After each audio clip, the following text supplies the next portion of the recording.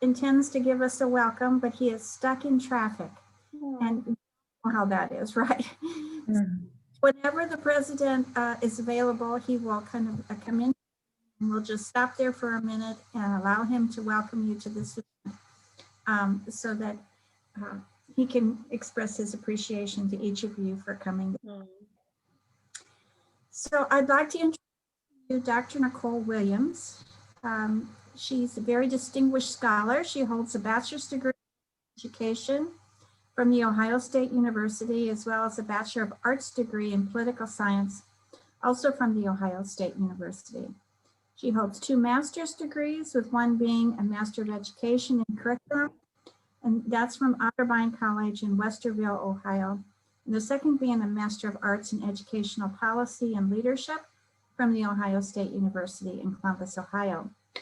Her PhD is in Curriculum Studies and Teacher Education from the Ohio State University, and her dissertation focused on racial identity development in prospective teachers making sense of encounters with racism. Since 2011, she has taught as an associate professor at the University of Findlay, focusing on research and education, human growth and development, online learning, educational technology, data-driven decision-making, and technology integration. She has been an educational consultant from the Ohio Board of Education, as well as being a middle school teacher in the Columbus Public Schools. Williams is widely published and presents very frequently on educational technology. In addition, she serves as a facilitator in Quality Matters and the application of the Quality Matters rubric, thereby improving online courses. And that's what she's going to work with us tonight on, is improving our online courses. So Nicole, I turn it over to you. Thank you very much for that welcome, and welcome to all of you. Thank you for doing this at, let's see, what your Chicago time. So 6 p.m. over there. Is it 6 p.m. over there? Yes. And taking the time out to learn more about how to do this online thing a little bit better for our students. And that's why we're all here, hopefully. We want to improve what we do all the time for our students. And although Andrea is a welcome, shared my experience in educational technology and kind of facilitating and leading some of these efforts. We have a Zoom bomber already. Yes, I have a 6-year-old and I try to keep him away, but it doesn't always work. Anyway, so I just wanted to say, I'm continually learning too. So I'm not end all be all know all, right? I think that that's something that's really important, that as teachers, we're always learning and we're always trying to improve our craft for our students. So what I'm going to just show you is some of the things I kind of present to faculty quite a bit, especially right now during remote learning. I'm presenting a lot. I also present for K-12 school districts that, again, with remote learning, especially last spring, were like, help.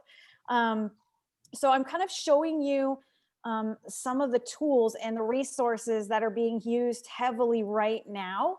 But the skills and the knowledge you're going to acquire this evening, they transfer to whether the technology, it changes, and, something new comes along.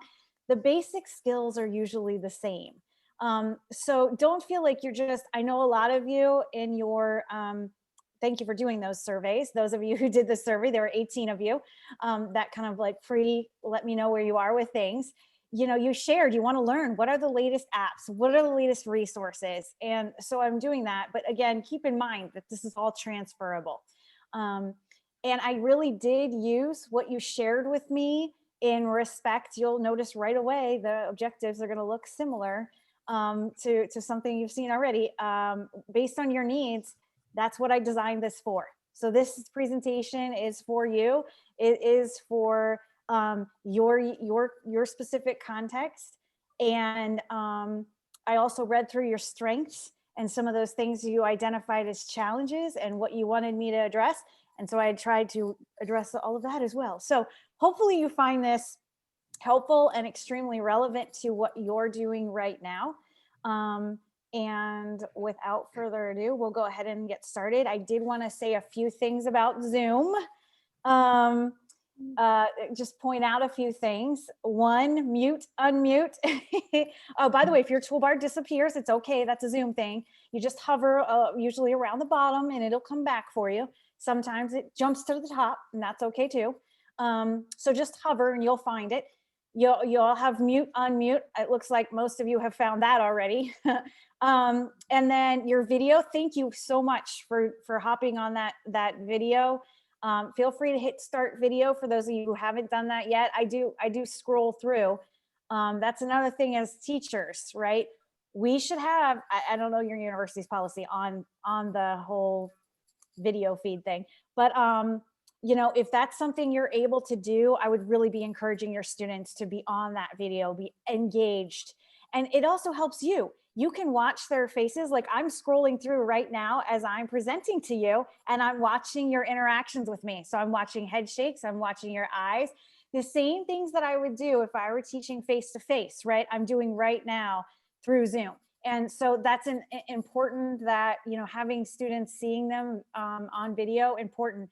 Also, a lot of you put in challenges that you're experiencing right now, distractions of online learners. You're feeling that they are distracted and so we all can get distracted, right?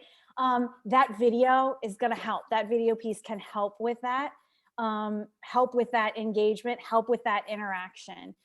So I would encourage them. I don't require my undergrads to be online. I've one class with 30 of them right now. They hop on and they get in there. They just turn their videos on. And it's great. They're just used to it. I asked them at the beginning of the semester and now they just do it automatically. Even when I have 15 face-to-face and 15 virtual in Zoom, and we're all kind of working that way, they're still all on there. So again, as much as possible, use that video. So I would ask you to use that now too. Okay, the other thing I wanted to point out for if you're not familiar with Zoom is you can click on in your Zoom toolbar, participants, and you can see all the participants in here. And like, so when certain people needed to be, you know, made co-hosts and things like that, you can make those modifications and you can change that. You can also mute people through the participants if this can be important at times. Sometimes people just forget to mute and that's okay. But we don't always need to hear all that, right? So the other thing I would like to show you is the chat feature. So if for some reason, you know, this is pretty laid back. So if you get to something and you're like, I have a question, but you're not comfortable hopping on the mic or you don't want to interrupt me, that's cool too. You can type in the chat at any time tonight. And what happens for me is that will pop up on my screen that a chat has come through. Somebody's typed a message in the chat box. So again, if you have a question, you don't want to interrupt, but you don't want to forget your question, feel free to leave it in the chat. And Andrea, if you wouldn't mind, you could help me moderate that a little bit. If you see something and I miss it because I'm in the middle of something, feel free to say, hey, we got a question in there. And that way they're not lost. I know because sometimes you think of something and you don't want to, it's kind of like our parking space, if you will. All right. And then, so that's kind of how the chat works. One thing to note with chat is make sure when you click on chat, it says to everyone. Sometimes if you've clicked on a person's name, it only goes to that. Oh yeah, some people are trying out the chat now, cool. Some people, like if you click on a person's name or the last person's name on accident, it only goes to them. So make sure when you're using the chat, it says to everyone. I was in a, last night, my daughter is going to probably go to the University of Findlay for pharmacy. And I was in a, hey, welcome all new pharmacy parents. And I was in there and this woman, this other parent kept asking me all these questions. And I'm like, there's no way she knows I'm a fellow faculty member and I definitely know nothing about pharmacy. She kept asking me questions and I'm saying, hey, I think you're direct messaging me. And she just kept going. So I finally just copy and pasted her questions and put them to everybody because I was like, this is going nowhere. But I didn't want them to miss the, the questions. So watch out for that in Zoom, that you're not, sending it to just one person. All right, the other one, and this is very important because I am going to use this heavily tonight, is in your Zoom toolbar, you have reactions, and hopefully you have the latest version of Zoom downloaded. If not, your reactions are actually in the participant panel if you have the old version of Zoom. And that's another thing I should note from a tech perspective, since that's part of this conversation tonight. Whenever you see an update, I know it's so tempting to just be like, don't want to deal with it right now. Do your updates and encourage your students to do updates, because then you will have different things than what your students have if you don't do your updates like you're supposed to.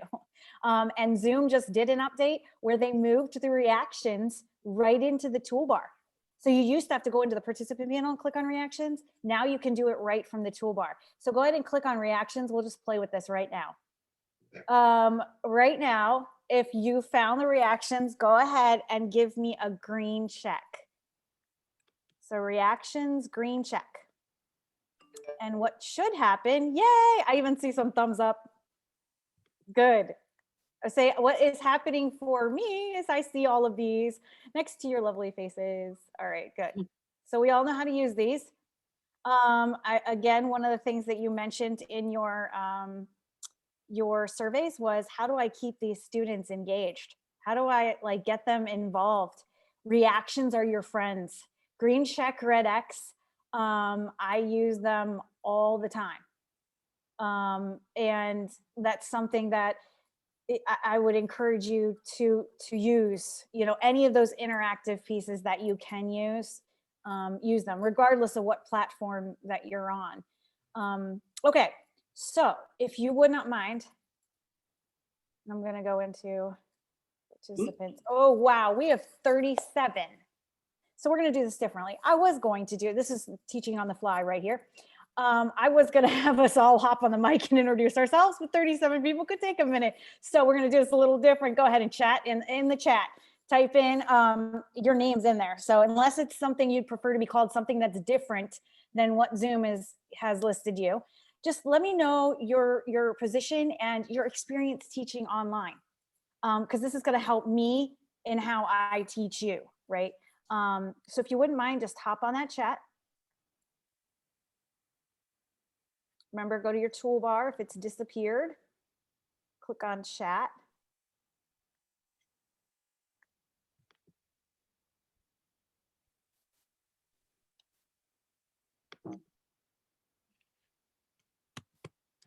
Make sure your message goes to everyone. Okay, we have a mix of experiences already. So again, hovering your toolbar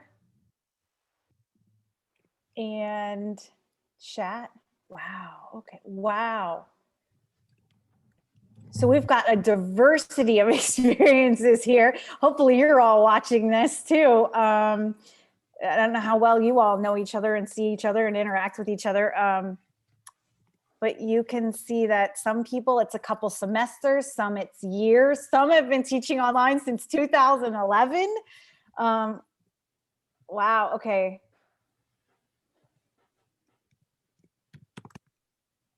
Seven years, director of field, okay.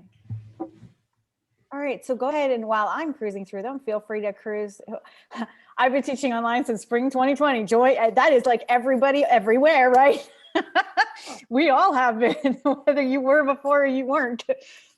I see a lot of adjuncts too.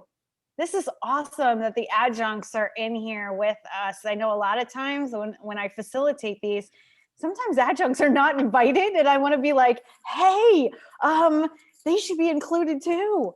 So I'm really glad to see so many adjuncts. That's awesome. All right. So I can see that we basically have since spring 2020 all the way to to 2011. So that's a variety here. It looks like though, if I had to hesitate a guess, a lot of you, it's like a couple of years, basically. You've been doing this online thing for a couple of years. So that's good to know. And we have a lot of different roles that you play here at your university. I'm admitting people. If you're wondering why I'm stopping every once in a while, I'm admitting people still. So that's the hesitation there, is making sure I get everybody in here at the same time. Okay, well, thank you for introducing yourself to everyone. Just out of curiosity, before I jump in here for what you're about to see, this goes back to that interactive piece. Green check, red X if you know what PearDeck is. Screen check, Red X, PearDeck. You've ever heard of PearDeck? Dr. Williams, Yes. good afternoon. This is Reyes Gonzalez. I'm the president of San Agustin College, and I would like to welcome you to San Agustin College. But just as important, I would like to introduce you to a remarkable group of professionals, scholars, that are transforming the lives of our students. They are the heart of our institution, and I'm glad that you're here with us. They have done a remarkable job in transforming or going from face to face, which I know that they love to do, that they miss, and I also miss it as well. But COVID has motivated us to move to an online modality. And I think that this online modality is going to offer other opportunities and flexibility of learning to our students that they didn't have in the past. But that is creating certainly pressure points, not only for ourselves, but also for our students. So I want to thank you for being here. And I also want to thank all of our faculty for all the work that they're doing and for taking times out of their lives to be with us. I'm sure that they would prefer to be enjoying their families with a glass of wine or dinner, whatever it is that they enjoy doing, reading or preparing for the next term that is going to happen. But they're probably missing their students like I am. The students as well as the faculty is what motivates me to do what I do and to continue doing it. And they know this, and I'm very grateful to them, and I'm grateful that you're here to help us and to expose us to other things that we could be doing. And I'm sure that they're doing it already, but for those that are not, it'd be an opportunity to be exposed. This is for the faculty and for you. So I'm going to leave, but know that I'm be with you as you're going through some new experiences. So thank you all and enjoy the evening. And hopefully we'll have an opportunity to be together and enjoy some tacos. And Dr. Williams, I hope you come to see us. We are an institution that serve Latinos primarily. That's part of our mission. We're proud of it, and hopefully you can enjoy some tamales and some tacos and all those other things that Latinos do. I'm one of them, by the way. So good evening to all, and thank you. Thank you, Take Dr. care of yourself. We appreciate your time. All right.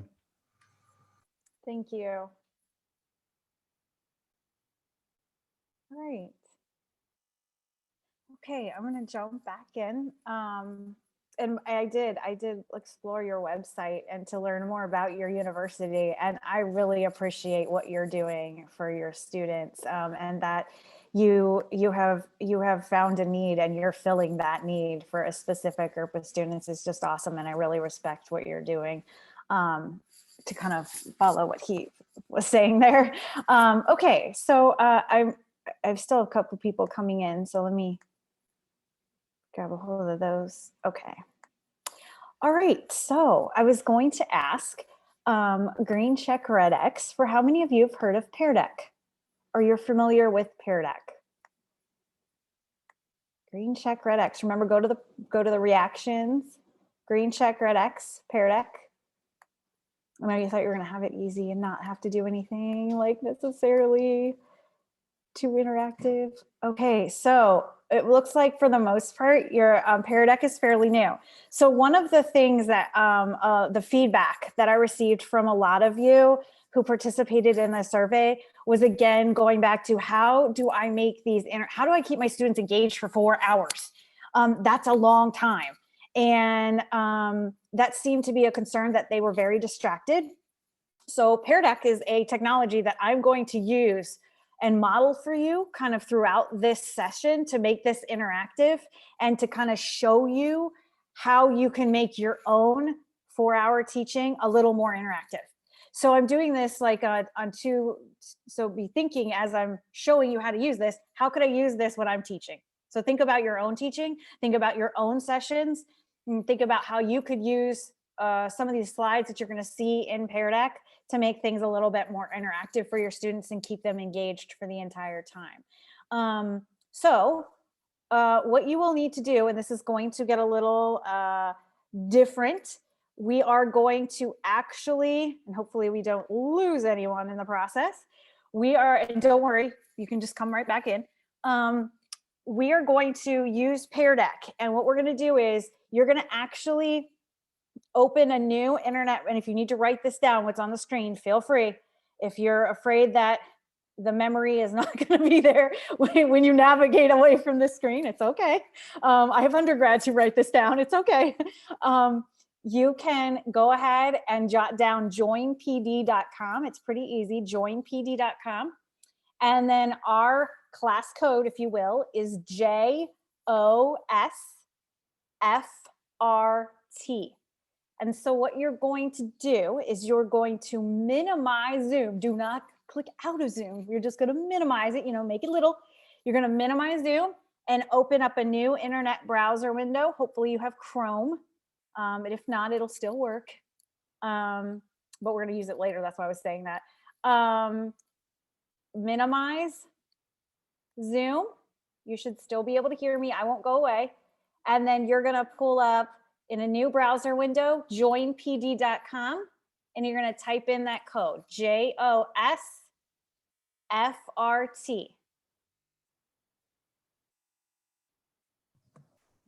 joinpd.com. And then JOSFRT.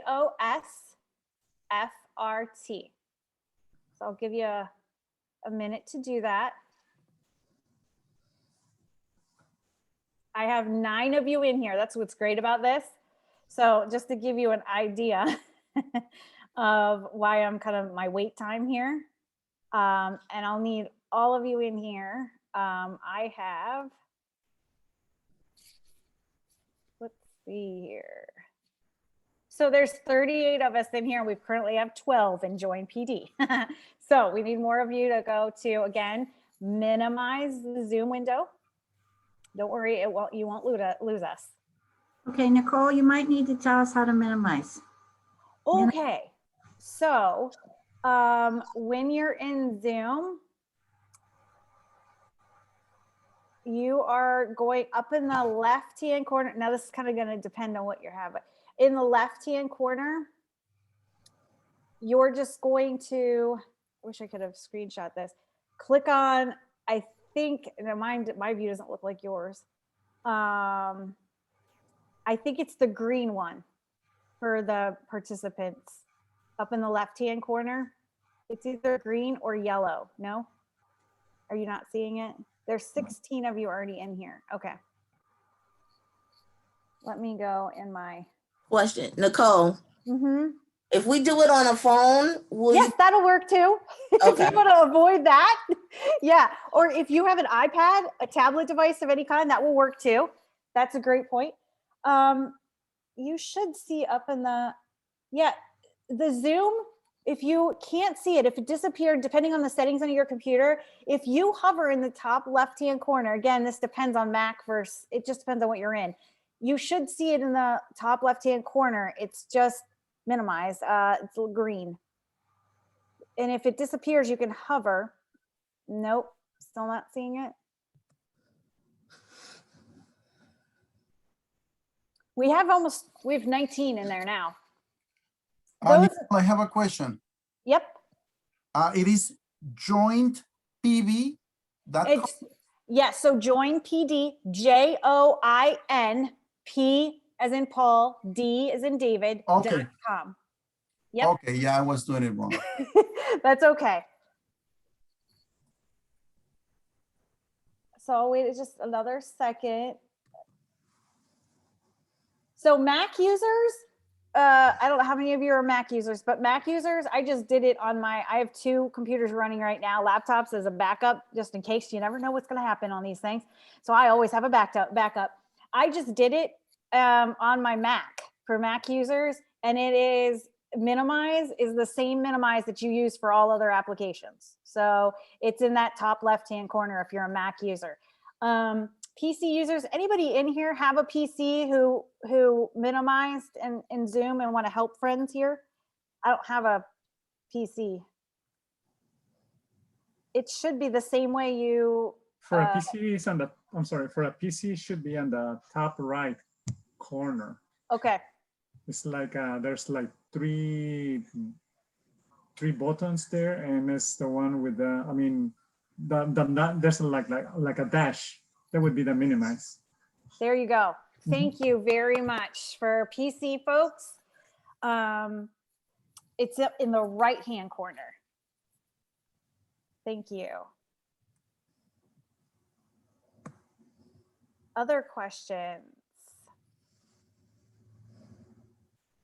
So joinpd.com. And if you really can't get it going on your computer, feel free to go ahead and use this on your phone or a tablet device. It'll work too. My students, yes, my students actually, they've gotten to the point where we are a one-to-one college. Our College of Education, every student and faculty member has an iPad. They get it when they come in, and they have set up now that they have a laptop and they have me on their iPad on Zoom so that they can work with the technology with me on their laptops. And they did this all on their own. They were like, hey, look what I set up. Some people are typing in the chat, helping each other. I love this. Dr. Williams, am I in the right place? Because it asks for a passcode. This is Diane Shelby. Yes, exactly. Okay. Yes, that And would passcode. that be the 382554? That's the JOSFR. Oh. I'm not sure where that other number came from, but yes. Why it don't is. you write it? Okay. I'm sorry, why don't you write it down in the chat, and then because probably we are misunderstanding something. So I just wrote it in there to everyone. I'm even going to I'll put the link here. Here you go. There you go. Joinpd.com. And there is the password as well. So you can just copy and paste it. Okay, let's see. Turn this back off.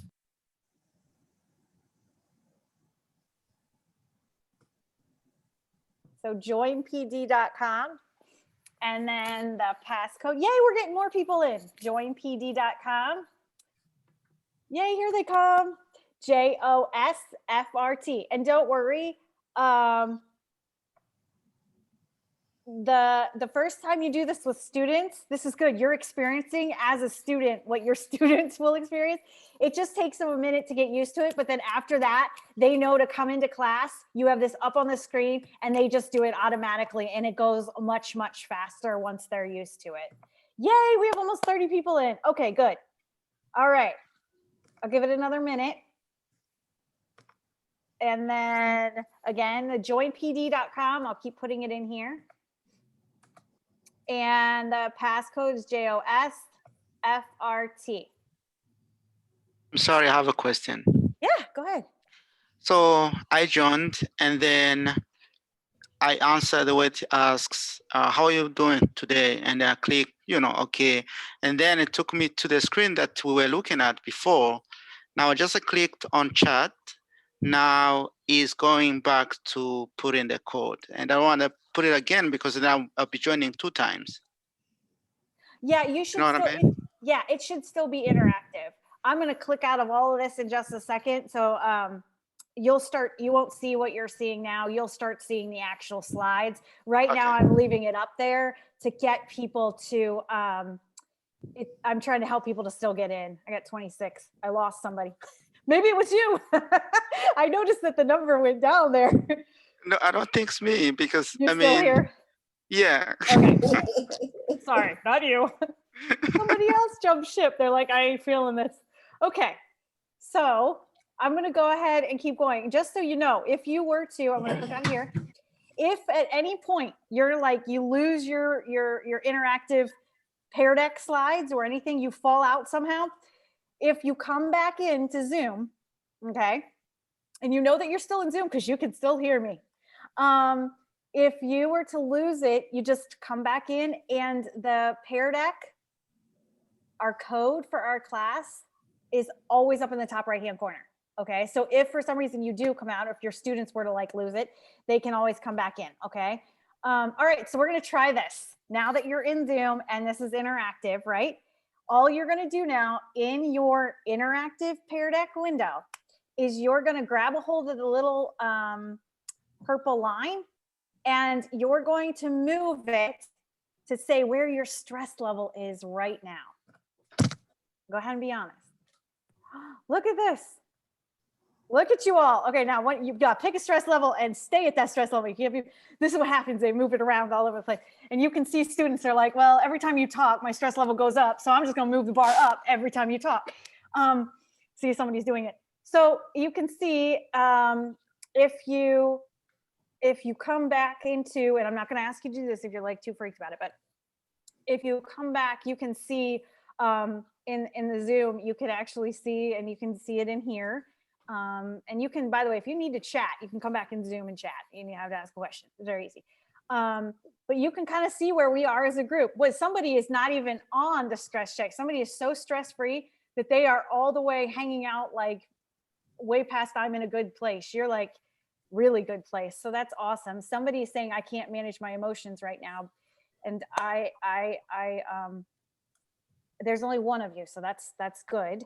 But for that individual, if this was one of my classes, and this is what I do for my students, actually, I will not show you right now who the individual is at 10, but as a teacher who's the person in charge of PearDeck, I can actually see that. And if this was a class I was teaching right now, this was my undergrads, I would stop in this moment, jot down who was feeling that way, and then I email them afterwards. And I say, hey, how's it going? How can I support you?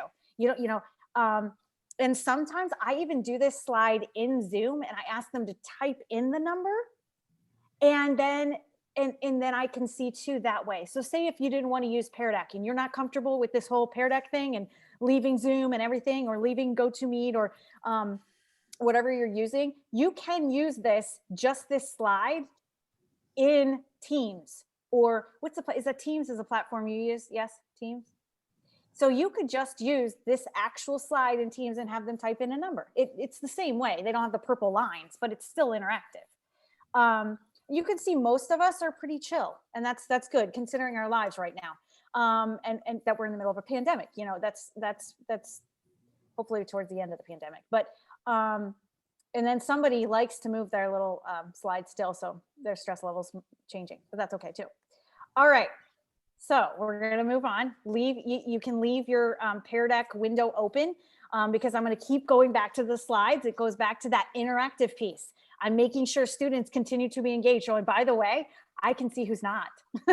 So remember that as a teacher, right? When you're thinking about how do I do participation over 4 hours? How do I do attendance over 4 hours? Guess what? You define that in your syllabus as participation includes participation for the entire 4 hours, right? And that you're engaging, that you're interacting with your peers and me through, wait for it, things like PearDeck, right? That I see your responses, that I see that you're engaged throughout the entire presentation. Okay, so really basic, 3 things tonight. If you can walk away with these 3 things, this will be good, okay? And these should look familiar to you because Andrea kind of gave me where different objectives, and I asked those to you, and based on your feedback, guess what? These are the 3 that you all identified that you need the most. Now, I will also add that you wanted to learn more about how to work with students with special needs. So that that 3rd one here, foster learner to learner communication, I also included pieces of that, okay? But these are the 3 things, again, that you identified that you needed the most support with right now. So that's what we're going to be taking a look at. So number 1, how do I design an effective course? Okay. Just out of curiosity, and we're going to use a PearDeck slide for this one. What are the factors? What do you think right now in this moment are the things that impact quality of your online courses? Okay, and this is an interactive slide. Go ahead and write. If you like to write response, you can use a little pencil, or you can type whatever you want. And I'm going to go ahead and start showing responses because I got responses coming in already. So student engagement. Some of you are still typing, so I'll go wait a second. By the way, you can see this is live. It's, it's going to moving. It's as soon as students are putting responses in, I can see their responses. The learning management system. Yep. Welcome to Canvas. We have Canvas too. We're going to talk about Canvas. Canvas is your friend. I know it doesn't always feel like your friend, but it is. And we're going to learn some tricks with Canvas. Everything is organized. Student engagement. Preparation of PowerPoint slides and videos. Absolutely. Everything you do on the front end is going to make life easier for you when you're teaching. Students' knowledge of technology, that's important. Student collaboration. Student comfort or discomfort with technology. Absolutely. Attention, preparation. Professors' time management. Yes. Yes, our own time management does impact our teaching and therefore our students. Being upbeat. Yes, they can tell if you don't want to be there with them. Just like you know, when you were, think back to when you were a student, you could tell when somebody wasn't as ecstatic about what they were teaching. Enthusiasm is very important. And that goes back to keeping them engaged. Can we use it in GoToMeeting? It may affect the quality. I think, are you saying GoToMeet maybe? I don't know, not sure about that one. GoToMeeting is the online platform that we use to have online classes as opposed to Canvas. Oh, you don't use Canvas? No, standardly no. Oh, That's what that means when they say GoToMeeting. That's the platform that's being used. No, we use Canvas. We just don't We use don't Zoom. use Zoom, right? We We don't use use- Go. Oh, my fault. I got that messed up. Zoom. Sorry, yes, they're right. Zoom. I apologize. okay. So you use Canvas as your learning management Yeah, system, but they use and then GoToMeeting GoToMeet. as the Okay. online component as opposed to Zoom. Gotcha. And again, a lot of this stuff transfer. It's very similar. The platforms from like whether you use Teams or Google Meet, or a lot of them have the same tools, if you will, for engaging students. Teacher preparation, lesson planning, student engagement. We need breakout rooms. We're going to talk about that. That came out in your feedback as well. Yes, Wi-Fi is important to online teaching. That's a very good point. I appreciate somebody saying that. Splitting the two screens. Yeah. One for the textbook, one for the instructions. That's a really good point. And that might be something you think about as a college or university. How does that look, device wise? What will you provide to your students for this kind of change in modality that you're proposing? Yes, I've heard that it does not include breakout rooms, so I'm watching the chat as well. Patience, taking time to walk through students' assignments. Somebody deleted their response. I can see that too. Student collaboration, reading the room, group work, clear organization, readiness of teachers, creativity, having students participate, technology, help desk. I share my screen using the digital textbook. Yeah. And it seems like we do have a diversity of, how do you say this, skill level with the technology just in here in this room right now. So envision what the level of diversity is in technology skills and knowledge with your own students, right? Some things to think about is, how would you teach these things? So in other words, when your students are first coming in to your platform to have a meeting, do you show them how to use it the first time in your class? Do you show them, screenshots of, okay, here, like I did with Zoom, right? I showed you where the chat is and the participant panel. Do you do that with your own students, or do we assume, right, that they might have that knowledge? You will be surprised, even though these are young folks sometimes, and they know how to use Snapchat really well. Yeah, like online platforms that, that meet in, no, not so much, right? So you don't always, I've learned this with my undergrads, don't always assume that they know these things, right? That they know the technology. Show them and take the time, just go slow with them. So thank you for doing that. Thank you for entering those slides. And by the way, the PearDeck, my undergrads love using PearDeck. Matter of fact, when I don't use it, they are like, what happened to PearDeck? So those of you who are like, I don't know if I really want to use this with my students, they like it. And there's research that shows that our students are actually more engaged when you use tools like PearDeck.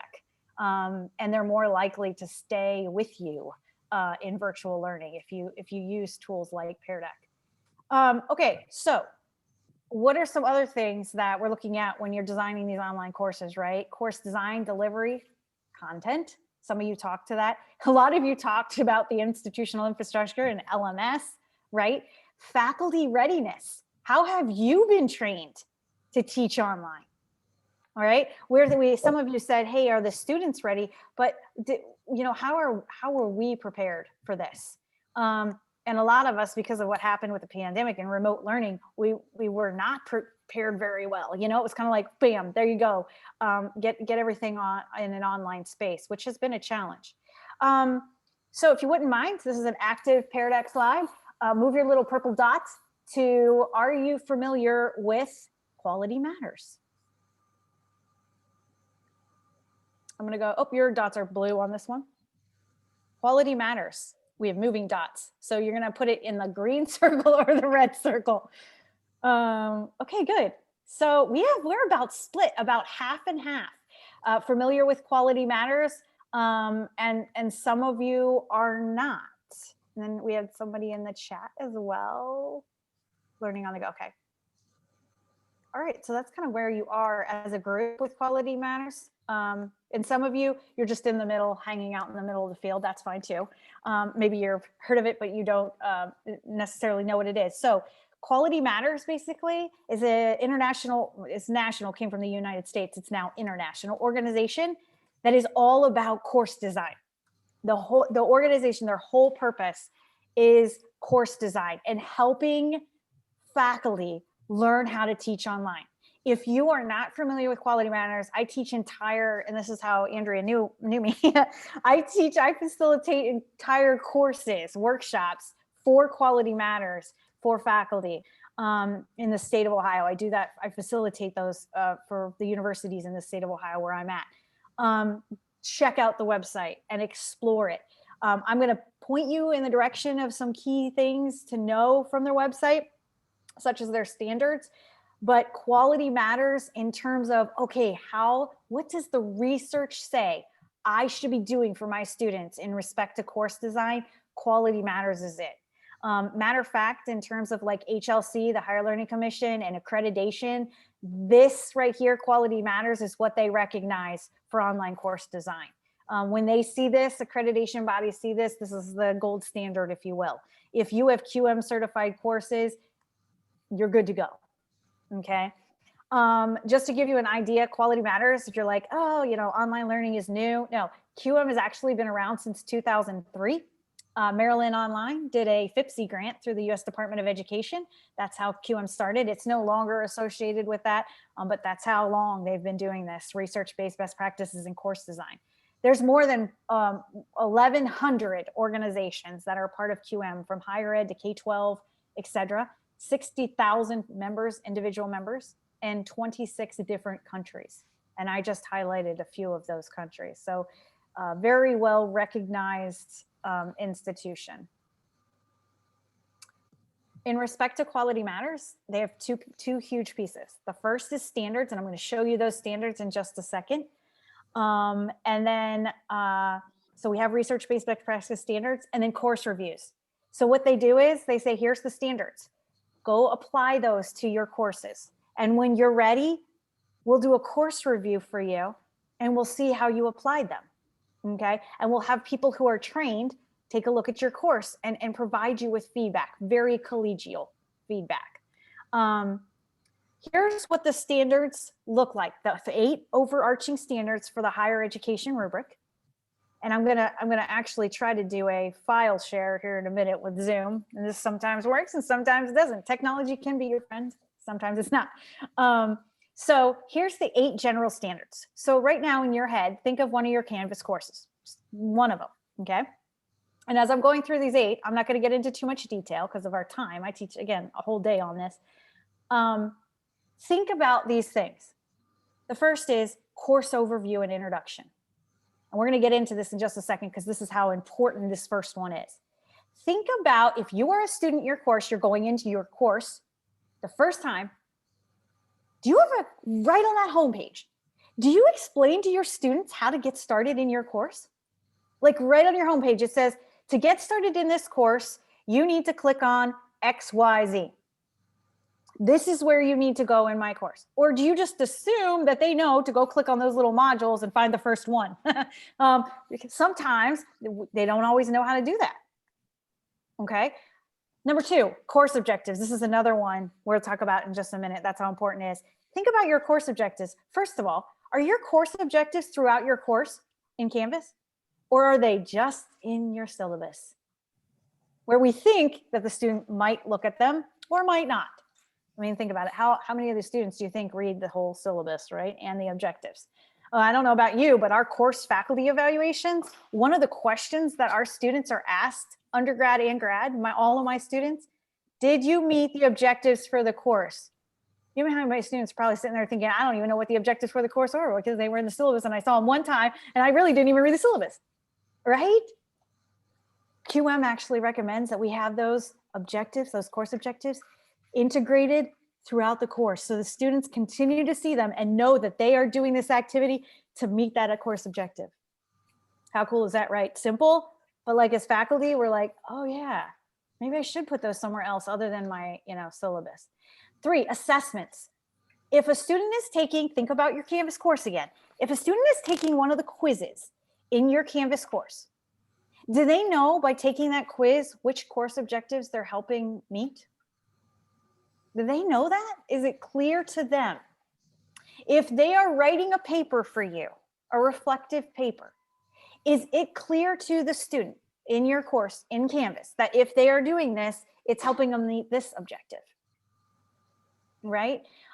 Just again, something to think about, right? It just seems basic. And we know when we design a course as a faculty member, duh, this meets this objective. I'm helping them work on this. But do we make that clear to the learner? And QM is all about that learner. And this is the same thing about the assessments, the instructional materials that you use. If they're reading something, do they understand why they're reading it? And sometimes this is feedback you get on your evaluations, right? It's like, this person had me reading all these articles. I don't know why we were reading all those articles. It's like busy work. Why am I doing busy work in this class? Or I sat for 4 hours in a session, and I don't know why I was sitting in that session. I don't know why I was learning that stuff. I don't know why we did those activities, helping them make it clear to the learners. And then we have, same with the technology, that we're not just randomly using technology. I was doing a course review for a university in Texas, and this woman clearly loved Second Life. For those of you who know, Second Life is like a virtual world, and people like live in Second Life. It's like literally their second life. And this woman was using Second Life in the course, and I, for the life of me, had no idea what it had to do with social studies secondary methods. Not a clue. It was very cool, but I couldn't make the connection to the objectives. So think about your own courses. Are you using cool technology, but it doesn't relate to your objectives, or you don't make it clear to the learner? And then finally, the last 2 have to do with how do you support the learners outside of that content, the content, and accessibility and usability. And as you can imagine, accessibility and usability has become very, very, very important in terms of ADA and compliance with ADA in online environments. So that's just give you an overarching perspective of what course design, when we're talking about course design and best practices, what that looks like. All right. I am going to go in the chat, and I'm going to send you all. And again, sometimes this will work, sometimes it won't. What's going to happen on your screen is you're going to get a little pop-up box, and it will say, do you want to accept? It's like a file transfer. And I'm going to send you this QM, the rubric. It's a 1-page PDF, so that you all have the course design, basic course design standards for QM. Okay, so heads up, you're going to get that as soon as it goes through. It's sending now. Some of you have faster internet connections, might get it sooner than others. Okay, it should pop up and it says, do you want this file kind of thing? And you're going to say, okay. I'm going to try it. Try it one more time. Looks like some of you got that.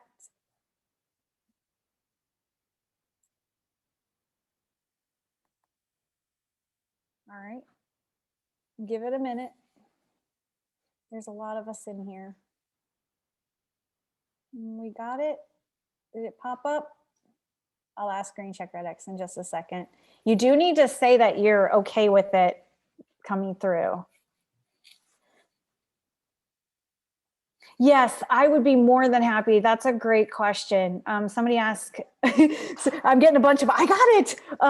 But if for some reason you didn't get it, it's okay. And you don't want to leave your PearDeck slide, that's totally okay. I'll give them to, yay, I get a bunch of, I got it.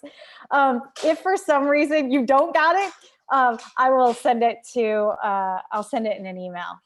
Don't worry. And I'll send the link with these slides too. Yay, yes, it is.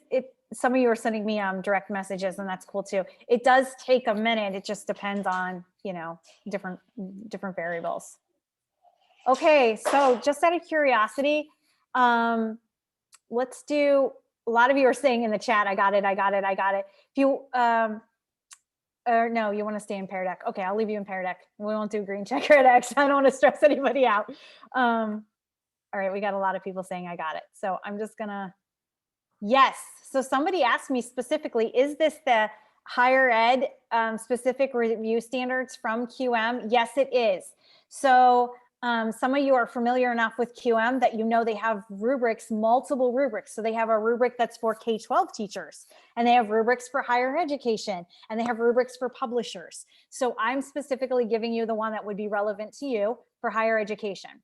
So this rubric, you'll see has the, if you open up the PDF that I sent you, it has all 8 standards, but you can see the general 8 standards, and then you can see each individual standard within that. And again, there's entire courses on this, so I'm not going to spend too much time on it. I'm just going to give you the most important ones that you should, when you're thinking about Canvas, that you... Brenda, estoy en un meeting.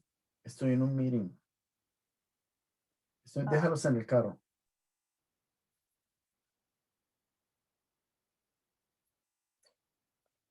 Okay, so let's just look at how this works. So for standard 1.1, it's all about how you introduce the learners to the course, right? This is all about what does, when a learner comes into your Canvas course, what do they see, right? And what, do they know where to go and how to get started in your course, okay? So this is just an example. This is one of my undergrad courses. And maybe you're familiar with Bitmojis, that little image of me in there.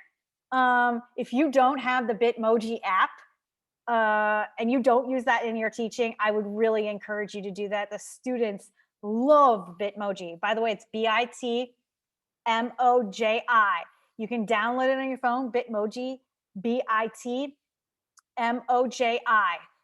And you literally hold, once you download the app, you hold your phone up, take a selfie, and guess what? It turns you into a Bitmoji. And that's how I got this little person of me right on the screen. You put it all over your course. It makes your courses more personable, right? And guess what? Your students use these all the time, okay? Your students will be familiar with Bitmojis, and it'll be like, wow, okay, my professor knows how to use Bitmojis, okay? It's just another way of engaging them. Notice, what do you see right away from the beginning here? You see quick links. And I would encourage you in Canvas, if you don't have this, these items up there, that you are giving them the link to where they get started. So you see, start here. You see your syllabus right on the homepage, right? And then right now, because of COVID, I've actually had to add the virtual class link, how you get to me virtually. And that was a change I made, again, because of what's the context. You'll see right on the homepage also my contact information. Your contact information should be readily available to your students, right? So that you have, they have access to you.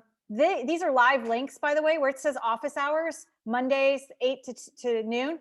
That's a live link. They click on it and they go. And it puts them right into my office hours. I would encourage you to make it easy for them. Use those links, put them right into there. Same with my virtual class link, because when COVID first happened, I kept getting these emails saying, I don't remember how to get to you. I don't remember how to get to class. So I put it all over the front page. So in the homepage, and by the way, I also send it in an email. But I put it right there so that they have access to that information right at the beginning of the course. And then here's that welcome and introduction. And something new that I added for this semester that you might want to think about, again, and you're going completely virtual, is how do you, right from the beginning, show them, okay, here's how that course is organized. A lot of you, when we just asked you in PearDeck, you were saying what's important to having a good course design. You said organization. It's not just good for you, right? It's good for the student. So right here on the course homepage, you see a tentative course calendar. And guess what? It says, here's the module, here's the dates of the module, here's the topics we're going to be covering, how it aligns to the course objectives, here's the activities, and here, very important, here's the due date. The due date is right there. So they don't even have to go to the syllabus. It's right on the homepage of the course, right? And if you're interested if you have questions, you would like to set it up this way. I don't have time to show you how to do this right now, but it's actually easy, pretty easy. I'd be more than happy to send you the instructions on how to do this, if that's something that you all would be interested in. And these are all live links. So say the student just wants to figure out, okay, I'm in, week 4. What do I have to do for week 4?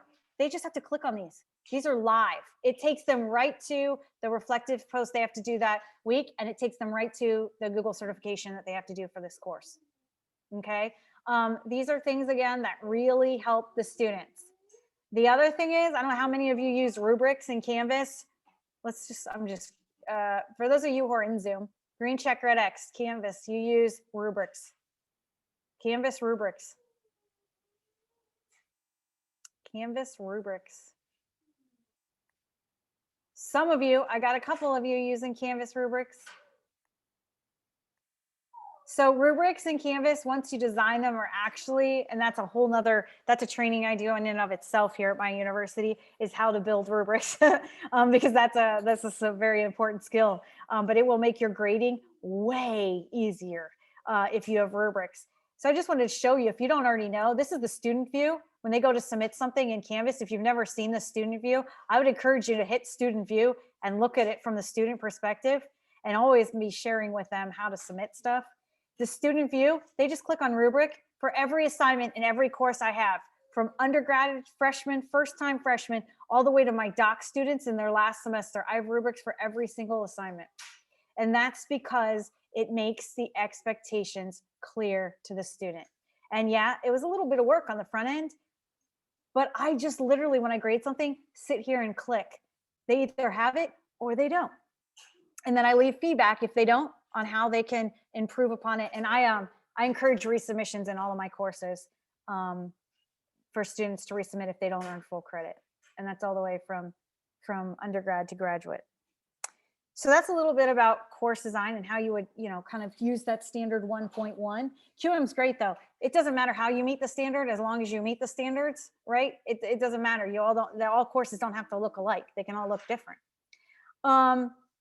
I don't know how many of you have an iPad, but iPads with Canvas Teacher app will literally change your world. Like, this is one of the things I've learned through remote learning is iPads and the Canvas Teacher app, for some reason, grading is way faster. So if you have an iPad, I would encourage you to download the Canvas Teacher app and use it for your grading. And this is I just wanted to show you what it looks like. It's literally cut. I have 4 or 5, sometimes 6 courses a semester. And with quite a few students, on my undergrad, there's 30 kids in a class. It really reduces the amount of time that it will spend you grading, your grading. And basically, this is how it looks. You'll get all your courses in there once you get connected, and it'll give you your to-do list. These are the things that need graded. Okay, and it's a little daunting at first, especially when it scrolls onto the next page, not gonna lie. But you click on what needs grading. Check it. This is so fast. Not only can you give them comments and feedback, here's the greatest thing, the fastest thing I've learned. And there's your rubrics and everything. But you go in to comments, okay? You can, once you're done leaving your grade, and you go into comment, you hit comment, and you click on record audio. You just talk to your iPad and it leaves a comment for the student. And then you swipe to the next student. It is so much faster than a laptop. I will never go back to grading on a laptop because it is so fast. And if you have students, you can actually record with video too. Now, I like to grade in my pajamas, you know, and I don't want to worry about makeup and hair and things like that. So I don't record with video. But those of you who don't want, it doesn't matter, you don't have to worry about that. You can record with video too. You can also, if you don't want to use audio or video, in the iPad, you can use talk to text. You can leave a comment like you do on your phone when you use talk to text. You can do the same thing on your iPad for grading. And it's amazing. You will be shocked on how much more depth that you leave in your grades when you grade with that iPad. And the feedback is even greater on the iPad. All right, I'm going to stop right there. Are there any questions just about basic course design, QM, even iPad, Canvas, Canvas teacher app, anything?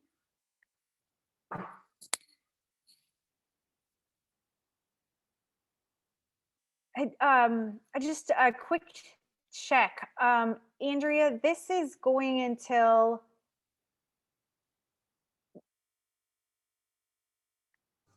Till 8 o'clock our time, 9 o'clock your time. okay. I just wanted to check because I had a break in there. I was trying to evenly distribute them across the time. It's not working that way. I wanted to touch on standard 2.1, which is a bit of course objectives. I just wanted to give in respect to, and this is something with QM trainings we spend quite a bit of time on, but I don't have the time in here. Just thinking about your course objectives. If you look at your course objectives now, right now, in one of your syllabi, are you using Bloom's taxonomy? And I'm not sure how many of you are familiar with Bloom's taxonomy, and I'd be more than happy to send this, and this is in the presentation. But just pointing out that look at your course objectives and making sure that you have a variety of levels of Bloom's taxonomy. So lower level course objectives and higher level course objectives. And sometimes I have people say to me, wait a second, I teach an undergraduate course. It's an introduction to yada, yada, yada. I don't need higher level Bloom's taxonomy. They don't need to create stuff. They don't need to evaluate stuff. They just need to know stuff. No, they actually do. Research says that they do need to have higher and lower level Bloom's taxonomy. They can create stuff with that knowledge you're teaching them, even if it's introductory. So just take a look at those course objectives and make sure that you have multiple levels of Bloom's taxonomy. And the other thing I would say about the course objectives is just making sure that if you have standards in your field, which a lot of you probably do, make sure that you align those course objectives to those standards, and that's clear to students. And this is just, you could just do this in your syllabus. And then the other piece is making sure you have those course objectives throughout your Canvas course. So if your course is organized around modules or weeks, start out with, and this is just an example, you don't have to do it just like this, but start out each module with, okay, in this module, you're going to meet this course objective. And these are your module objectives, and these are the activities you have to have done. So that the student knows, if I'm reading the Ohio Standards for Principals, this is a principal course, if I'm reading the Ohio Standards for Principals, that's helping me meet the first standard in this course, the first objective in this course, which is to learn how to use those standards. So again, start all of your modules. I just would recommend, and that's a QM thing, not just a Nicole thing, have those objectives right there for the students to see throughout your Canvas course. And this will be you're like, oh, you know, I understand that this is what I'm doing in my course. For the students, for the learners, this will be big. This will be huge for them. The other thing I would say in respect to objectives is if you have them at the beginning, whatever they need to, the students need to do to accomplish those objectives should be right there in that Canvas module. So a lot of times, unfortunately, one of the things that we get feedback from instructors is from the students and the learners, I have no idea where I'm supposed to go to get to the discussion board. Because the discussion board, it's not here with my modules. I don't know where to go to find the discussion board, or I don't know where to go to find this article I'm supposed to read. When you're designing your courses, think about having everything together in that module. So if you have that list, I go back here, if you have this list of activities they're supposed to be doing, everything they need on that list should be in that module in Canvas. So like just thinking about your own course and what that looks like for you, okay, and for your students. It should be aligned to those objectives. As soon as they go into that course, they should be able to see how they get started in that course and what that means and what that looks like. Okay, so we've already been here an hour, and I noticed some people are still coming in, and that's okay. So if we're supposed to stretch every 20 minutes according to research, and we've just blown that out of the water. So if you need to take a minute to take a little break, but definitely try to get up and stand up because it's good for our bodies. And by the way, for those of you who do teach for 4 hours, I would encourage you, this is a PearDeck slide, put it in there because we have to remind our students. I know my Fitbit usually zaps me, but remind your students to get up and stretch too. So go ahead, and if you want to do this, leave your camera on. If you want to turn your camera off, whatever, just we'll do 5 minutes, just a quick little break. Maybe you need some coffee, although that's going to keep you up pretty late now. Grab a drink of your choice. Don't put it on the camera. All right, I'll give 5 minutes. I'll just start.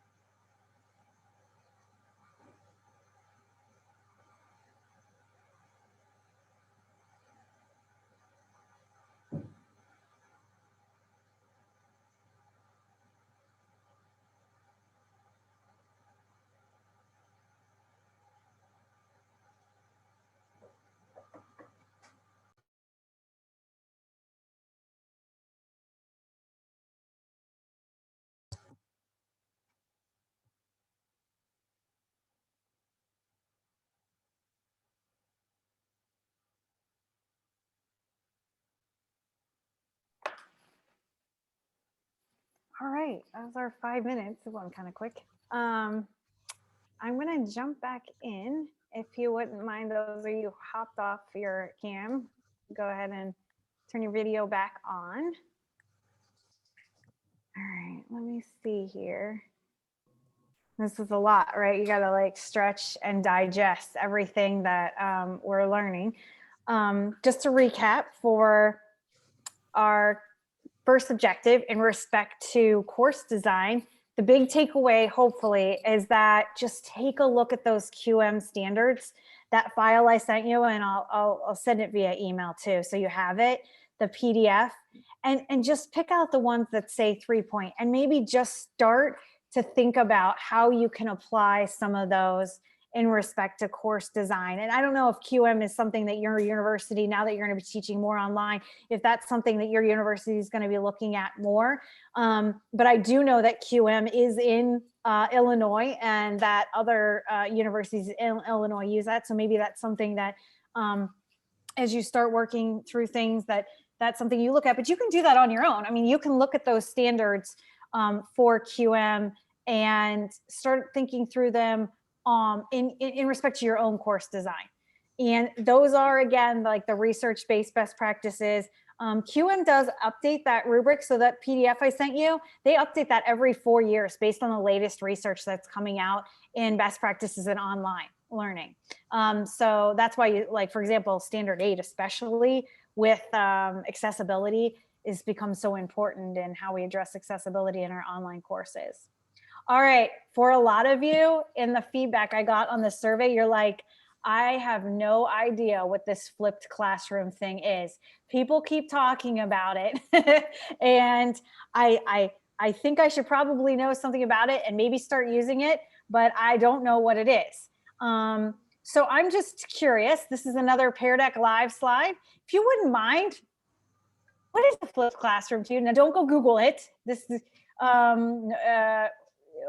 just, what do you think it is? When somebody says to you flipped classroom, what have you heard about? What is a flipped classroom? All right, got responses coming in. Students teach the class. That's a new one. What else do you think? What else do you think it is when you flip your classroom? Isn't that when lectures or presentations are done at home and what was the homework is done in class? Kind of, sort of. That's the basic premise. When students come prepared to, okay, some of you are still typing. I'll give you a minute. I like this idea of whoever put, and I don't want to show answers, but whoever put students teach the class. That's actually kind of a fairly interesting concept when it comes to flipped classroom. Mixing synchronous and asynchronous, now that's interesting. Give students, they make them more in charge. Interactive classroom, both teachers and students interact constantly. Giving ownership of learning to the students. Students interact more, yep. Students do more interactive work in the classroom. Reading and lectures are consumed at home. And that right there is the key to flipped classroom. Students do work prior to class. So you can see those answers are still coming in. And we have about half of those still coming in. So just to give you an idea of what flipped classrooms are, there's actually, I want to preface this by saying flipped classrooms existed before the pandemic, okay? They've been around for a while, and there's been research going on around them and how effective they are. Matter of fact, if you're familiar with Khan Academy and you use any of the Khan Academy resources, Khan Academy actually works on somewhat flipped classroom approach. That's why if you've ever noticed their videos are so short, they're like these clips. A lot of them, that's because that's kind of the model that they were intended to use. So what is a flipped classroom though in respect to virtual or remote learning? And this is important. So some of you touched on this. A flipped classroom is when the students first explore the new content outside of the classroom. So they do that first. And some of you said that. So instead of you, them coming to class, and like some of you mentioned, you have a textbook, or they pull up the textbook while you're in class and you have your lecture or something like that. That is done before they get to class. Okay. So what does that look like? It can look like a lot of different things.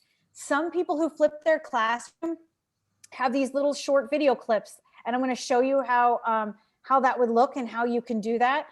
Because that little short video clip is one of the biggest keys to flipping a classroom. And by the way, when I say short, I do not mean 20 minutes, 30 minutes, you know, a half an hour, hour. These are not long videos. You're giving them little bits of information, and then maybe having them do an activity or read something or go to a website and explore or something like that. Think a little bit bigger picture in respect to how can students explore the content in your class before they get to you. Okay. Then when they come to class, your class time is all about student engagement and inquiry and assessing where they are with that new knowledge or those new skills.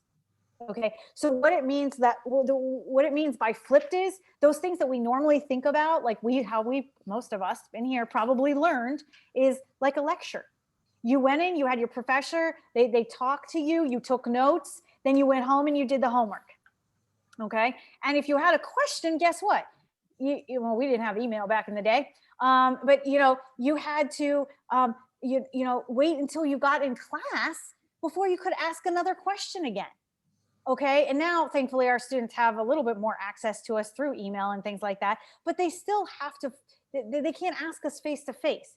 We are seeing a movement away from that to where, again, they read the content, they read the textbook, they read the articles, they listen to your lecture clips in advance, they come to class, and here is where you do the homework, if you will. You actually work with them in class. Now, this can look a variety of different ways too. So homework could be them doing homework individually, and you work with them individually. So you go, maybe, I noticed a lot of people said we don't have breakout rooms. So how does that look? Maybe you have a 4-hour segment of time. You take 1 hour and you see every student at a certain point during that 1 hour. You actually meet with that student and one-on-one go through that while the other students are working on something else. Think centers back in K-12. Some of you had centers. You had to go to different centers when you were in K-12. It's the same kind of concept that some students are working on, so you can meet with each individual student one-on-one. This could also be groups. This could be think pair shares where they're working with a pair. Just being creative on what that looks like. And how are you checking their understanding throughout the 4 hours or however long your lecture is, okay? Or your assigned lecture time that you want to flip, okay? The activities should be varied, just like the ways that you allow them to explore the classroom outside are varied. Now, I did want to point out, with flipping your remote classroom and your virtual classroom space, we are starting to hear different types of flipping. And I wanted to point this out so you realize, like, there's different options that you have here, because this is really important. So the standard flipping of the classroom is what I was just talking about, where you have the lectures recorded ahead of time. And if you're just starting new and from scratch, this might be where you want to start in respect to flipping. Standard, again, is where they're watching that lecture piece or a large portion of it at home. And I'm going to show you how to do that. I'm going to show you a really easy way to do that in just a few minutes. For those of you who want to try to flip and you want to start small, I'm going to show you the small way to do it. There's also different other models, and here's a couple of them. There's a 1-a-day, and this depends on how often your class meets or how often you're doing activities with your students, but there's 1 day a week flip. So you have maybe where you traditionally would have done lecture on Tuesday and Thursday, maybe you just do the lecture on one day and you have them flip on another day, so that you don't feel like you have to flip your entire class in one semester. You just start with 1 day or 1/2 of your lecture time. If you have 4 hours, maybe you just do what you would have done in your first couple of hours, however that looks to you. I have seen this approach where it's called selected content. So if you have a topic that's throughout your entire course, okay, maybe you flip just that topic, right? And so say if you're doing a standard flip and you don't know what to actually flip in your classroom and you don't want to try to flip your whole class, okay? Pick one topic, just one topic that's kind of embedded in quite a few of your modules or your weeks, and just flip that part. So just make videos for that specific part. And the rest you keep the same, just to try it out and see how it goes, okay? And then there's flipping without recorded lectures. And some of you are like, well, I've never heard of that one before. That just means that instead of making lectures, they're doing other things, like maybe they're watching other people's presentations, right? Maybe you have them in YouTube. Maybe you have them on Khan Academy. Maybe you have them on TED Talks are really popular right now. I don't know how many of you use TED Talks or you're familiar with TED Talks, but that's another way to do it. Students can, in the chat, somebody said students can watch a pre-recorded video of the lecture and then in class do problem solving. Absolutely, that's exactly what we're talking about.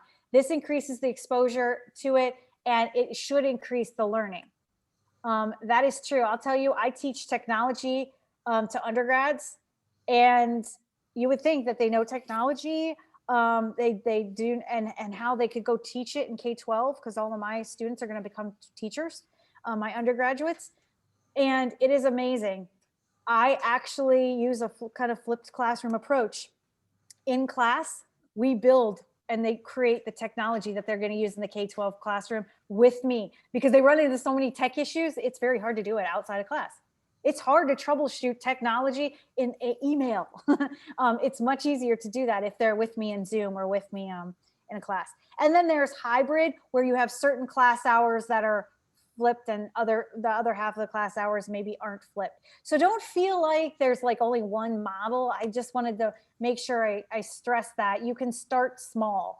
You don't have to flip an entire class. I know that that's kind of been the thought out there, but there are different options. Are there any questions before I jump into this? Are there any questions about flipped classrooms? Or if you're thinking about your own course and what could you flip? Do you have any questions about that, what that would look like? I'm going to show you a really easy technology to use that's free to create flipped classrooms. But before I do that, are there any questions? You can hop on mic or you can go in the chat. I know a lot of you had questions in the survey about flipped classrooms. Questions? All right, just out of curiosity, in that PearDeck, or you can use chat, whichever one you're comfortable with, or green check, red X. How many of you have Google Chrome? Google Chrome. I'm just curious.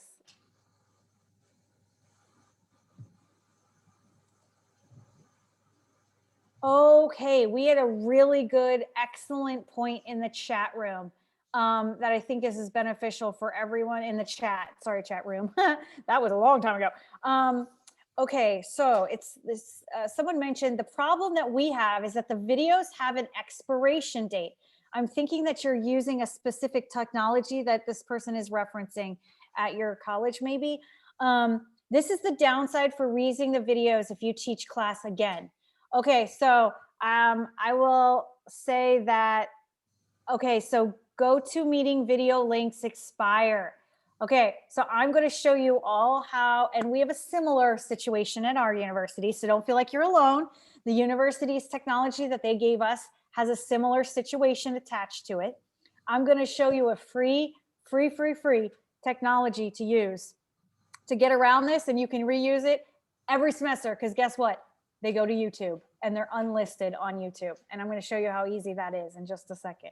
Oh, we're getting stuff in the chat. Okay.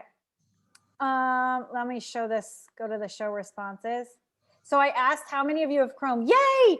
Basically, everyone who responded to this has Chrome. This is good news because the free technology I'm about to show you how to use to record videos.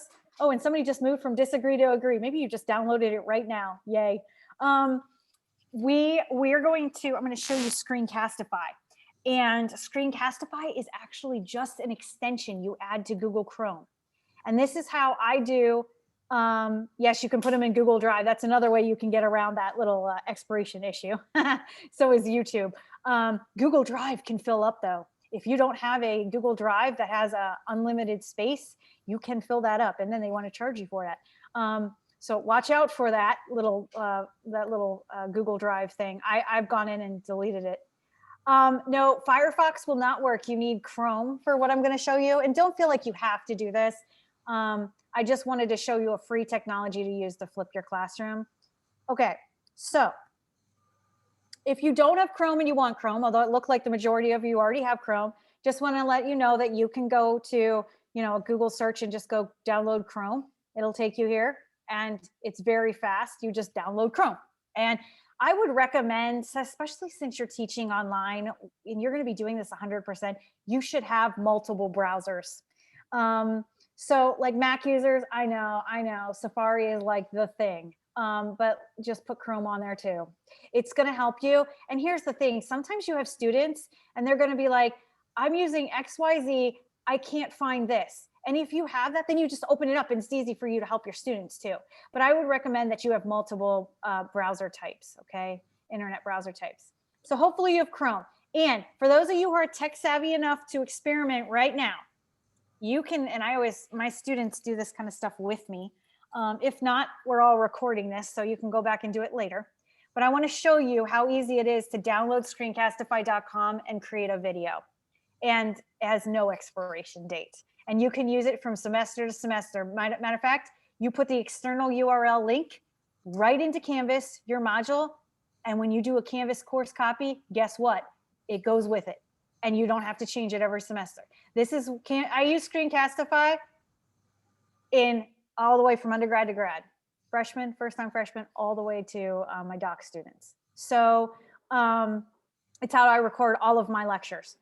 I will say this as a caveat, Screencastify is free if you create videos that are less than 5 minutes each.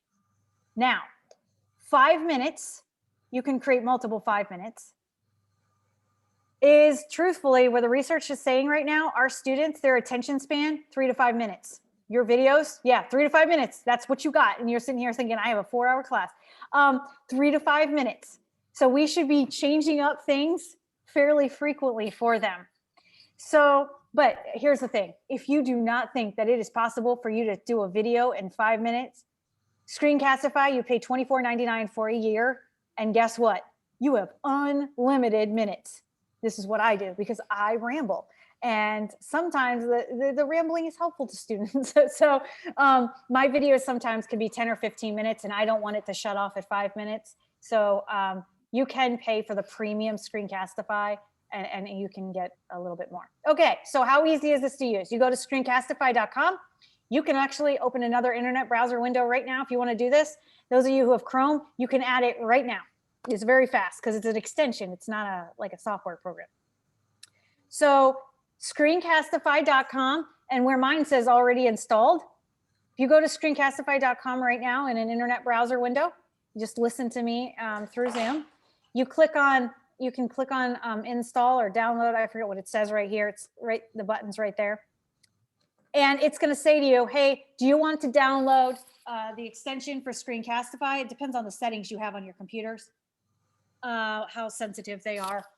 But you're going to let Chrome download this extension, okay? And it's very fast. It should download very, very fast for you. And what will happen is in your Google Chrome now, and by the way, you have to be in Google Chrome to download the Google Chrome extension. I should have probably said that. You can't try to add this to Safari. It won't work. You go to Chrome, you download this extension, and it will show up in your extensions right at the end of your URL. And it looks like this little camera. Let me see if I have a screenshot of what it looks like. It looks like a little camera, and it's pointing to the right. If you've downloaded it correctly, it'll be right in your extensions. And I'm going to show you how easy this is to create a video using Screencastify. So once you have this option on here and you have your extension, you see it, You can hit record, you're just gonna hit that and this will pop up for you, this little box on the extension. And this is how easy this is to use. You're just going to choose, hey, what do you wanna record? Do you wanna record a browser tab? Because you're gonna just stay right in this window. Do you wanna record your desktop? Or do you just wanna be on there, your lovely little self and nothing else, just your webcam? Okay, for some of you, maybe that's what you wanna do. You just wanna talk to them. I would recommend desktop, because if you use the desktop one, it will follow you wherever you go on your computer. So if you open multiple internet browser windows, or you want to show them a Microsoft Word document or something like that, it will follow you no matter where you go. That's the one I use for all of mine. You do want to make sure you always have your microphone on. That's always helpful when they can hear you in the video. And then, you can choose whether you want your webcam in the bottom or not. And there's a lot of tools in Screencastify that you can use if you want. When you hit record, it will give you this countdown. And it'll say that you're going to start recording. And you just go in here. Once you hit record, you'll have this toolbar that pops up. You can have a focus mouse that shows where the students need to be looking. There's a pen tool for those of you who teach like math, statistics, things like that. You can write anywhere in the recording.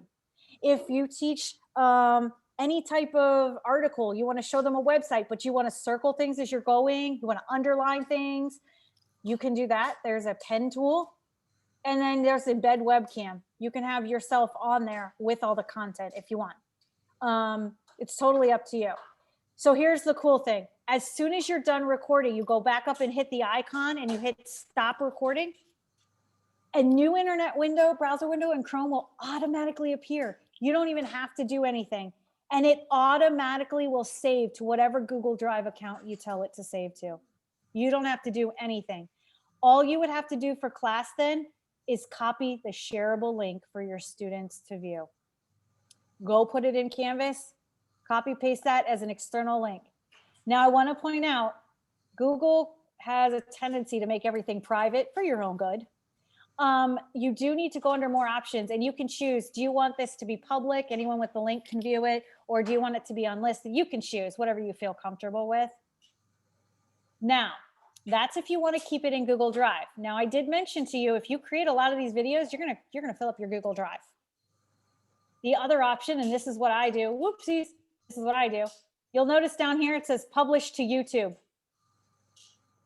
You can publish it to YouTube, but make it unlisted. So if you're worried people are gonna like search for you and find your videos and you're like, no, I just want my students only to see those videos.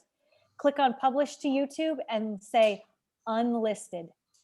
That's what I do. I don't want people to see my videos. They're just for my students.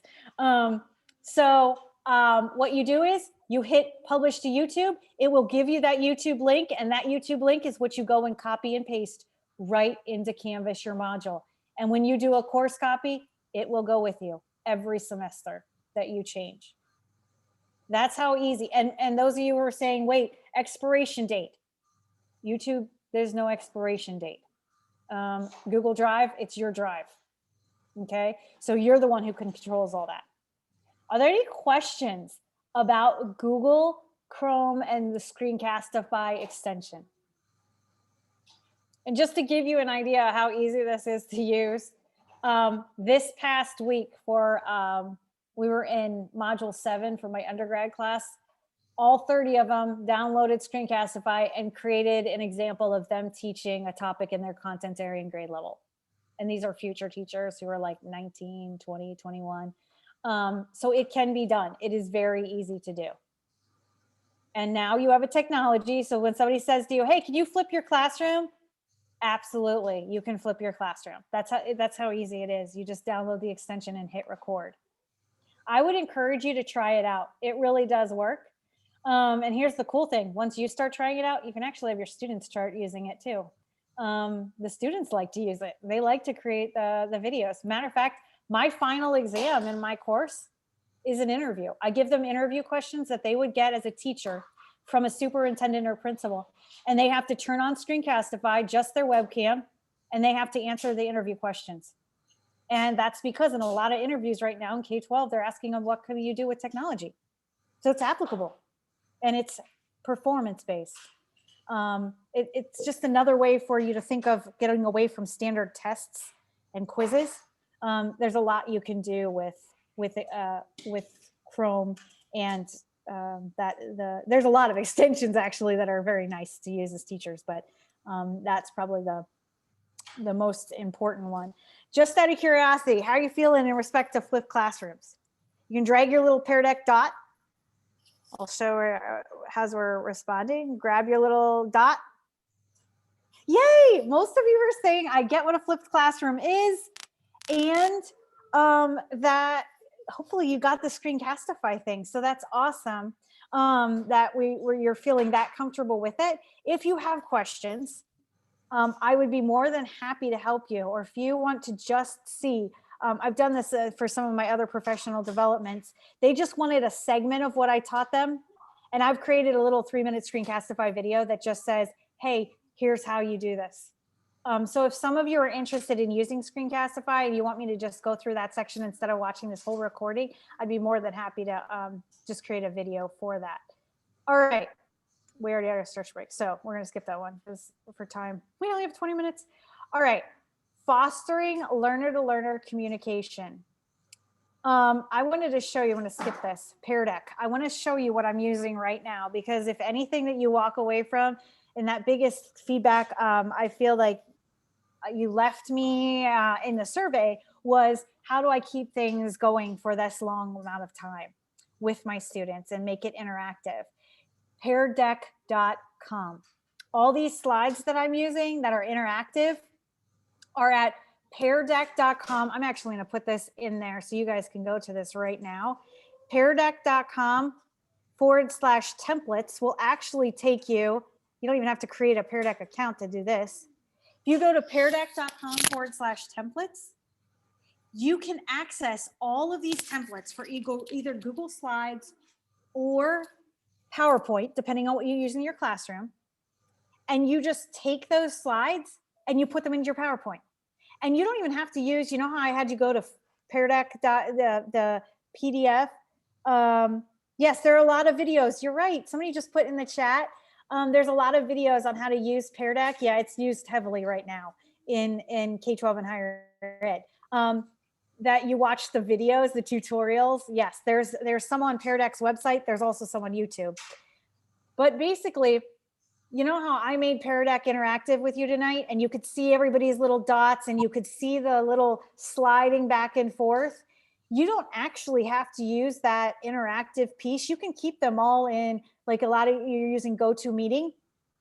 You can just put the template in there and have them answering the questions as part of class in the chat.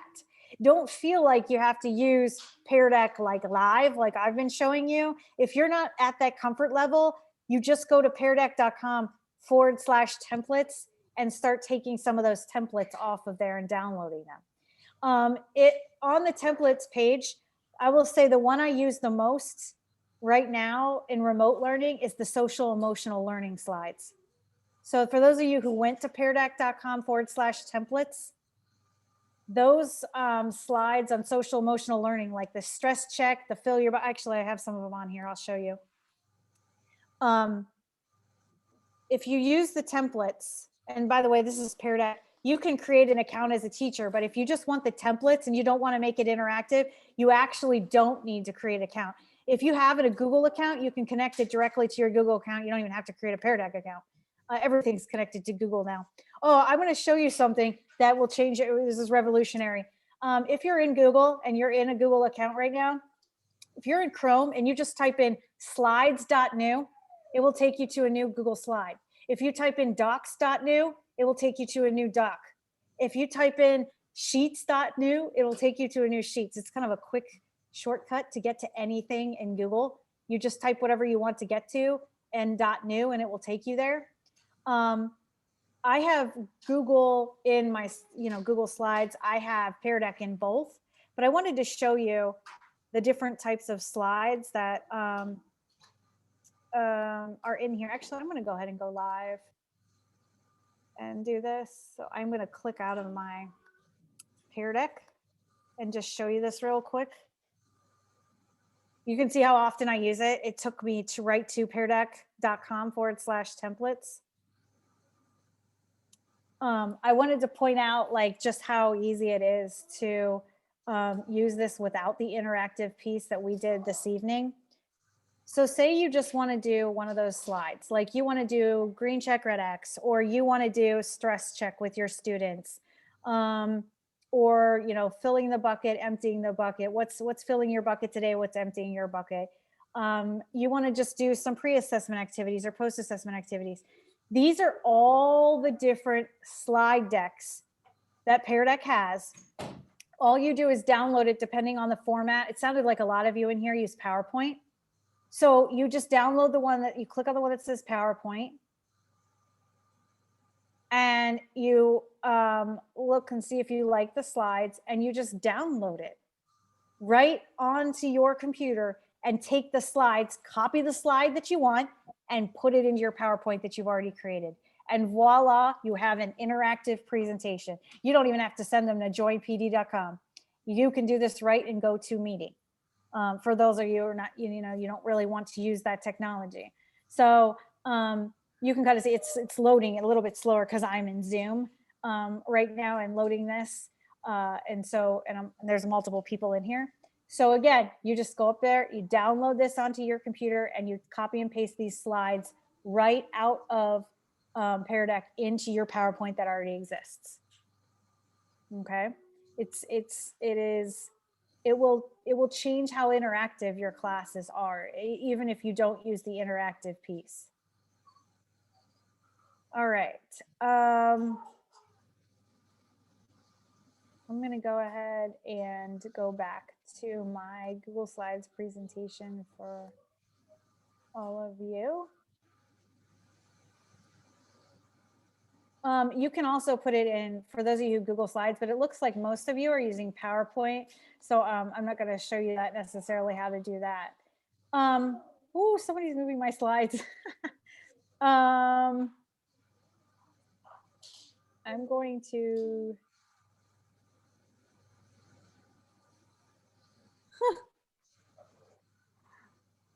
stop that. There we go. So real quick, while we have about 15 minutes, I did want to point out this slide right here, and you all have the link to get to this Google Slides and this presentation that I did. I just wanted to have one slide where you could see all the things that I shared, the like resources that I shared this evening. If you want to go back and check them out, they're all right here on this one slide, everything that I went through. So if you missed anything, or you just want to go check out one of these things and not all of them, or you don't want to watch the whole recording afterwards, if they give you the recording link, you can access any of these things that I went through. Some people sometimes ask me, hey, how'd you get this cool looking slide presentation that's, you know, looks a little different than what you have in PowerPoint? If you use Google Slides, you can go to Slides Go, and that's where I got this template for Google Slides. So I did include that in there. I didn't really go over that though. If that's something you want to try out, just making your slides kind of more aesthetically pleasing for your students to liven things up. I know PowerPoint has a lot of options too. So with that said, we have about less than 15 minutes. I wanted to leave a little bit of question answer time. Are there any questions or anything you'd like to see or like me to go over or anything? You can in chat, or I know that was a lot, a lot of different technologies. You were kind of asking what are the apps out there? What are the resources? So I tried to give you the most popular ones. Questions in chat, or, okay, hold on, let me go over the chat. Or you can just talk over the mic if you feel comfortable doing that. I have a question. Yes. When we were logging into PearDeck, there was an option of join the session. Which session, like, would you be joining? Is it working as Zoom, or how does it work? So interesting. That's a great question. PearDeck was actually created for face-to-face classes, so that the students are in face-to-face and they have like a one-to-one device or their phones, and they're doing that that interactive piece in a face-to-face classroom. We just recently, as part of the pandemic, made PearDeck kind of into using it with Zoom. but you don't have to use it with Zoom. You can use it with any type, like you're using GoToMeeting, I believe. It will work with GoToMeeting too. But if you wanted to use it in a face-to-face classroom completely free of Zoom or anything like that, it works as standalone too. It doesn't, they don't have to work together. Actually, they were not intended to work together. Does that answer your question? Yes, thank you. Mm-hmm.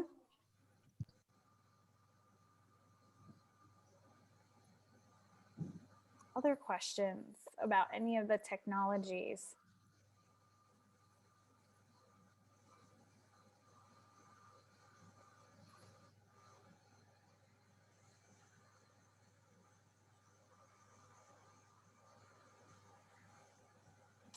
I should say that was a lot in 2 hours. Oh, sorry, go ahead. Yeah, Dr. Williams, thank you so much for your presentation tonight. Is there any number, any magic number, you know, or the number of technologies that you can use in one lesson of 2 hours and 40 minutes? I don't think there is a certain magic number. It is, if I could go back to QM, what they would say, you know, what the research says is, if it is helping the student meet the course objectives, then you should be using it. I would stay clear of trying to use it to like with bells and whistles, right? You want to be using that technology to engage them in the learning, to help them with those help them meet those objectives. So again, like with any, if you're sitting here and you're like, where do I even start with all this, right?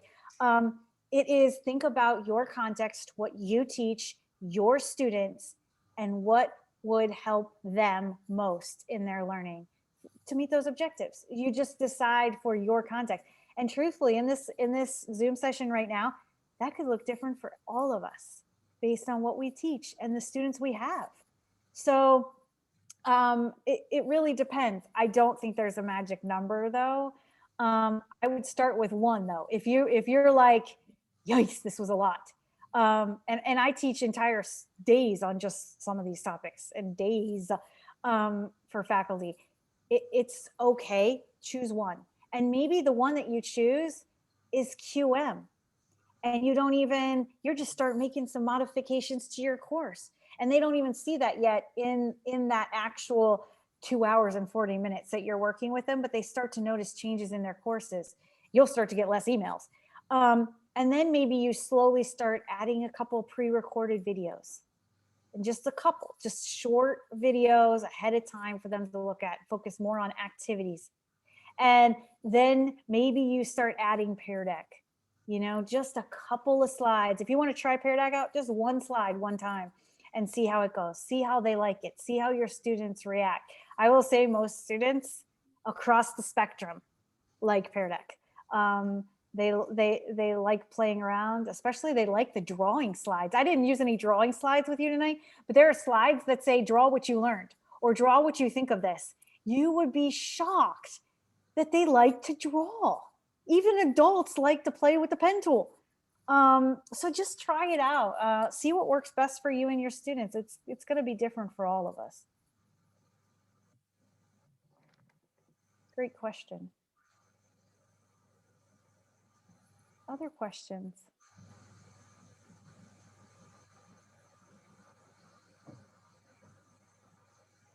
Thank you for your feedback in the chat.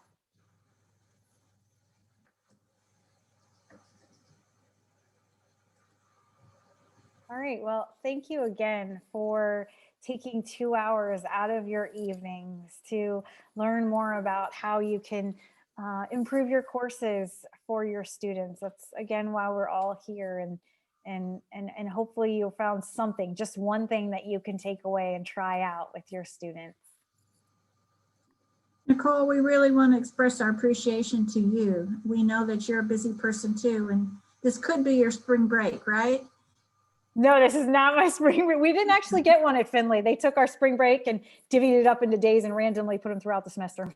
Okay. Well, you certainly have expanded our horizons and a whole new world of things that we can learn about and improve our courses and enhance our student learning. So I really can't thank you enough for doing this, and we so appreciate everything you've done for us. Good You're evening. welcome. Thank you all. Thank you, Nicole. All of you. Yes. Bye now. Well, I learned a lot. Okay, good. Thanks, Nicole. You're welcome. Bye. Thank you very Bye-bye. much. Thank Thank you. you very Thank much. so much. Thank you. Thank you. Bye-bye. Bye. Thank you. Bye.